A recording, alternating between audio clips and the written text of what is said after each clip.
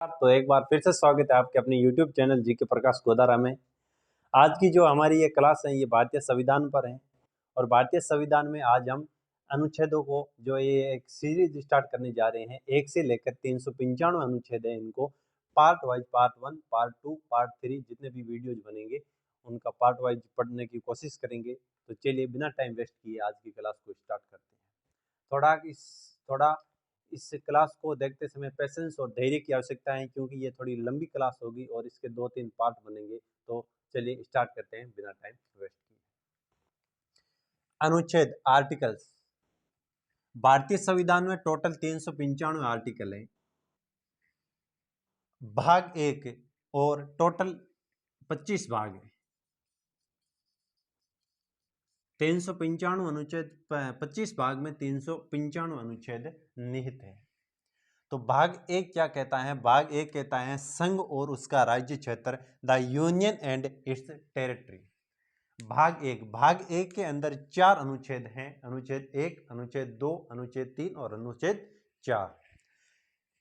अनुच्छेद इसको ट्रिक से याद करें तो राज्य क्षेत्र बोले तो राज्य का एरिया मतलब है, या राज्य का एरिया कैसे होगा? उत्तर, दक्षिण, पूर्व, पश्चिम 4 ही दिशा है। ये उत्तर हो गई, उत्तर, दक्षिण, पूर्व और पश्चिम 4 दिशा होती हैं। तो राज्य क्षेत्र आएगा। जहां पर ही राज्य क्षेत्र आए वहां पर कौन सा भाग आएगा? एक आएगा। कैसे पता चलेगा? क्योंकि इसमें 4 अनुच्छेद है। 4 अनुच्छेद मतलब 4 दिशाएं होती है। कौन सी? उत्तर, दक्षिण, पूर्व और पश्चिम।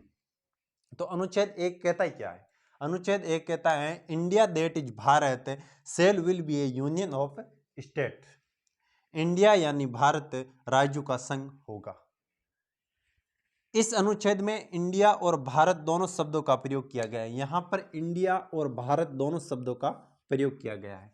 आपको एग्जामिनर ये क्वेश्चन पूछेगा कि इंडिया और भारत किस अनुच्छेद में दोनों शब्दों का प्रयोग हुआ है? तो अनुच्छेद 1 के अंदर इंडिया और भारत दोनों शब्दों का प्रयोग हुआ है। एग्जामिनर क्वेश्चन घुमा भी सकता है, क्या अनुच्छेद 1 में हिंदुस्तान शब्द का प्रयोग हुआ है? तो अनुच्छेद 1 में कहीं पर भी हिंदुस्तान शब्द का प्रयोग नहीं हुआ है। यहां पर इंडिया और भारत दोनों शब्दों का प्रयोग हुआ है। अनुच्छेद 1 कहता है कि भारत के राज्य क्षेत्र में क्या क्या चीजें आएगी। अनुच्छेद 1 क्या कहता है कि भारत के जो राज्य क्षेत्र है उसमें कौन कौन सी चीजें आएंगी, कौन कौन सा जो क्षेत्र है वो आएगा।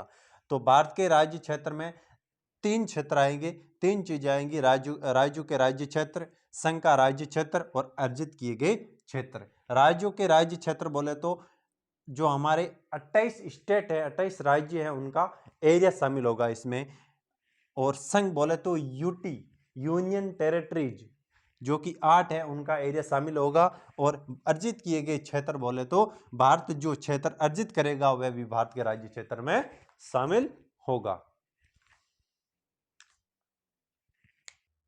अब अनुच्छेद 2 की बात करते हैं।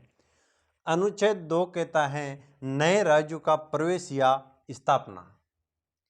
यदि भारत किसी नए क्षेत्र को शामिल यदि भारत में कोई नए क्षेत्र को शामिल कर रहे हैं तो खुद में तो अनुच्छेद 2 के तहत कर सकते हैं। अगर भारत में कोई नए क्षेत्र को शामिल कर रहे हैं तो अनुच्छेद 2 के तहत उसको भारत में शामिल किया जा सकता है।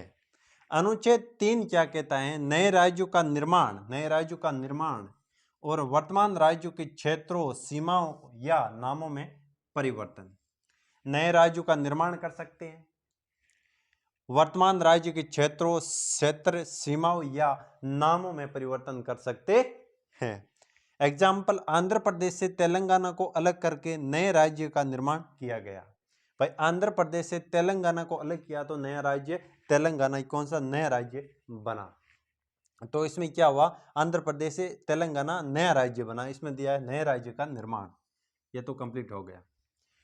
कोई भी राज्य का नाम बदलना हो, जैसे एमपी का नाम बदलकर संयुक्त प्रांत रखने की अब बात चल रही है। एमपी का नाम बदलकर संयुक्त प्रांत रखने की अब फिलहाल बात चल रही है। तो नामों में परिवर्तन कर सकते हैं, नाम में परिवर्तन कर सकते हैं।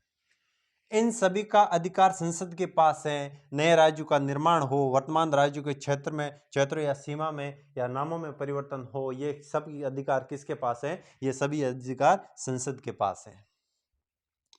राष्ट्रपति संबंधित राज्य से अनुमति मांगेगा और सलाह मानने के लिए बाध्यकारी नहीं होगा। राष्ट्रपति संबंधित जो राज्य हैं उनकी विधानसभा से ये अनुमति मांगेगा। अगर वो सहमत नहीं होते, अनुमति नहीं देते हैं, तो राष्ट्रपति अनुमति को से मांगने के लिए बाध्य नहीं होगा। राष्ट्रपति संबंधित राज्य से अनुमति मांगेगा और सलाह मानने के लिए बाध्यकारी नहीं होगा। तो मैं एक बार फिर से रिपीट करा देता हूं। अनुच्छेद 2 कहता है नए राज्यों का प्रवेश या स्थापना। यदि भारत किसी नए क्षेत्र को अपने में शामिल करना चाहता है तो अनुच्छेद 2 के तहत वो कोई नए राज्यों को अपने में शामिल कर सकता है। अनुच्छेद 3 कहता है नए राज्यों का निर्माण और वर्तमान राज्यों के क्षेत्रों और सीमा या नामों में परिवर्तन कर सकता है।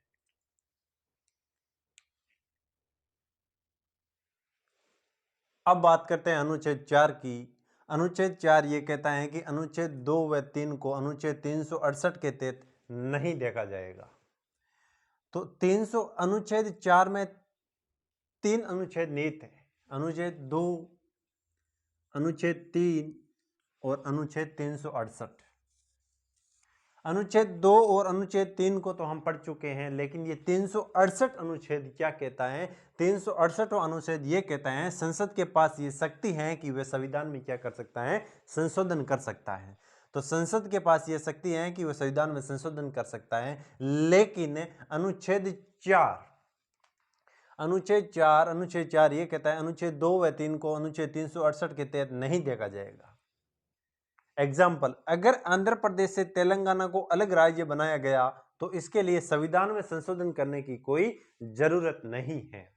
अनुच्छेद, इसमें ये देखना, अनुच्छेद 4 में 3 अनुच्छेद निहित हैं। कौन कौन से? अनुच्छेद 2, अनुच्छेद 3, अनुच्छेद 368। ये क्वेश्चन पूछा जा सकता है कि अनुच्छेद 4 में कितने अनुच्छेदों के बारे में बात की गई है?